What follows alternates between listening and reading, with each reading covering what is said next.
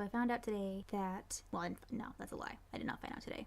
That the official deadline is May 31st, which means anyone can read and vote on them until that date. But until then, I get to shamelessly promote you all wanting to read my novel. I think it's funny. It's got some funny bits. So if you hate young adult or vampires or romance, then I'm not sure why we're friends. You may find yourself pleasantly surprised by the content and quality of this work. In other news, it was hot as balls today. I made a lampshade. It's that one. That one. You can't really tell from here. I made it out of old calendar pieces of 1900s Paris because I didn't like my old lampshade. I also used pieces of copper and rolled it to make the frame that.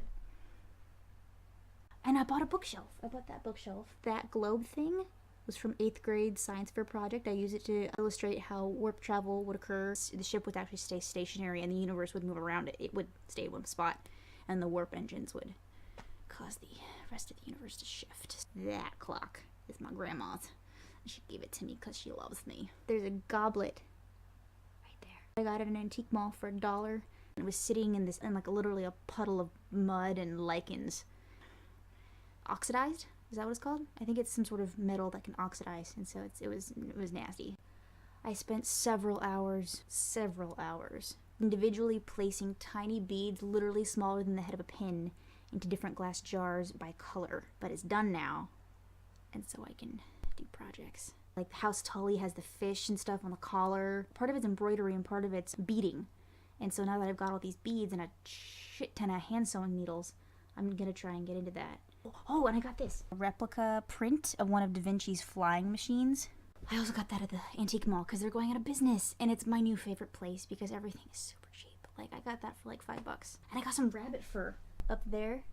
There's a bunch of rabbits sewn together, the fur, and I got it for $8. I stole some twigs from the backyard and made a display. I'm gonna try and organize some feathers. So I bound them together with red twine.